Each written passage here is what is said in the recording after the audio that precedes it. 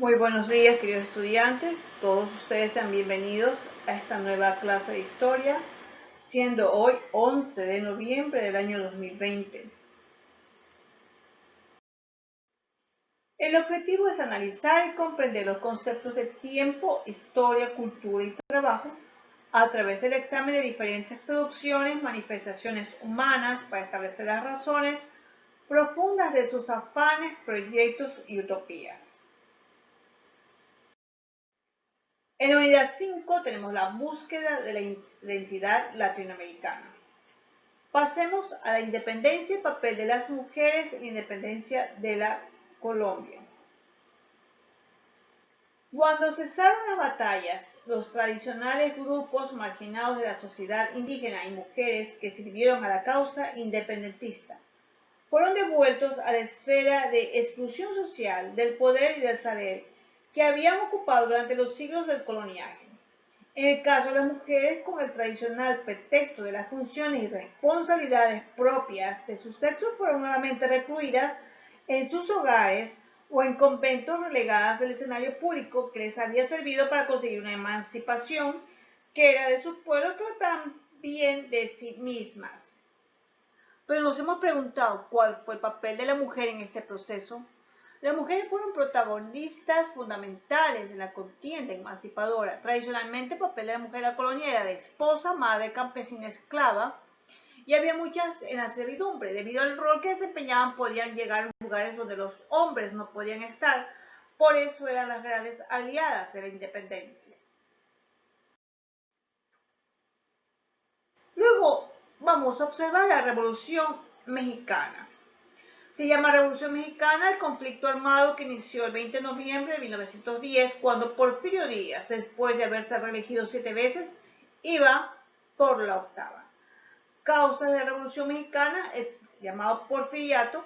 La principal causa fue el descompuesto gobierno de Porfirio Díaz, destacando sus continuas reelecciones, la explotación de obreros campesinos, riqueza nacional en manos extranjeras, el latifundismo, haciendas y tiendas de raya, pobreza, analfabetismo, no respetar las declaraciones hechas al periodista James Creman. En las dos últimas décadas del siglo XIX y la primera del siglo XX, México estuvo gobernada por la dictadura liberal del Porfirio Díaz. Esta revolución estalló el 20 de noviembre de 1910, cuando de forma fraudulenta Porfirio Díaz ganó las elecciones por sexta vez consecutiva. Tuvo como contrincante a Francisco Madero, un hacendado porfirista sin proyecto político que solo proponía la no reelección presidencial. El resultado electoral trajo como consecuencia un levantamiento armado de los campesinos y obreros, liderados por Pancho Villa en el norte y Emiliano Zapata en el sur.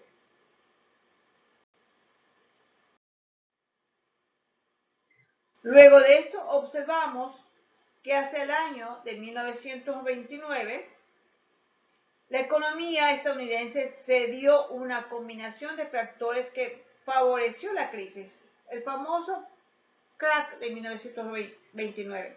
Eso es un hecho. Se produjo el hundimiento de la bolsa de Nueva York como consecuencia de la superproducción de la especulación realizada desde algunos años anteriores. Esta superproducción, después de la Primera Guerra Mundial, se produjeron bienes a un ritmo elevado y en cantidades superiores a las necesarias. En consecuencia, se acumularon los stocks. El equilibrio entre oferta y demanda de productos se vio descompensado. Desde la colonia latinoamericana dependía de las importaciones para satisfacer su mercado interno y ese momento era especialmente dependiente de los productos estadounidenses. La especulación bursátil y financiera. Ante la inproductividad de la inversión industrial, la bolsa se convirtió en el medio más rápido para obtener beneficios mediante la compra de acciones a bajo precio, incluso gracias a préstamos bancarios, para venderlas posteriormente más caras. Así se hicieron grandes fortunas que se volvían a invertir en una serie de cadena especulativa. ¿Qué ocasionó esto? Pues esto ocasionó la Gran Depresión. Después de la Primera Guerra Mundial, Estados Unidos se convirtió en una gran potencia económica y exportaron el consumismo en una época denominada los felices años 20. Un periodo de prosperidad económica que se truncó bruscamente en 1929. Inició entonces una gran crisis económica que se extendió durante la década de 1930. El desempleo, la pobreza, las tensiones políticas, sociales sacudieron la economía y afectaron a la población de todos los países capitalistas, además de agravar la crisis de la democracia y favorecer el ascenso de los totalitarismos en Europa. Consecuencia y extensión de la crisis. Países en vías de industrialización como Chile, Brasil y México. En Estados Unidos hubo una paralización de actividades. Países industrializados como Alemania, Gran Bretaña y Francia. Políticas de solución fue la austeridad, el fracaso debido a que el aumento de su consumo. Estados Unidos implementó el New Deal durante el gobierno de Franklin Delano Roosevelt. El Estado interviene en la economía. Hacia 1937 Estados Unidos se había recuperado de esta crisis. La revolución de este sistema capitalista de economía libre de mercado a la economía social de mercado que se ocasiona el estado de bienestar. Esta gran depresión, pues el Estado interviene en la vida económica social, un capitalismo reformado es la economía social de mercado. Revisemos a continuación, encontramos la Revolución Cubana, socialismo y el embargo económico. ¿Qué significa todo esto? Pues la Revolución Cubana es un movimiento político armado iniciado en 1953 para derrocar al dictador Fulgencio Batista e instalarse en el gobierno. Aunque al principio sus líderes negaron el gobierno revolucionario, estableció un estado de corte socialista que perdura hasta la actualidad. La revolución estalló en 1953 cuando el joven Fidel Castro, su hermano Raúl y un centenar de hombres armados intentaron tomar el cuartel Moncada, pero fracasaron, tras lo cual fueron puestos en prisión y liberados tras 2 años producto de una amnistía de Batista. Esta revolución, ¿qué causa?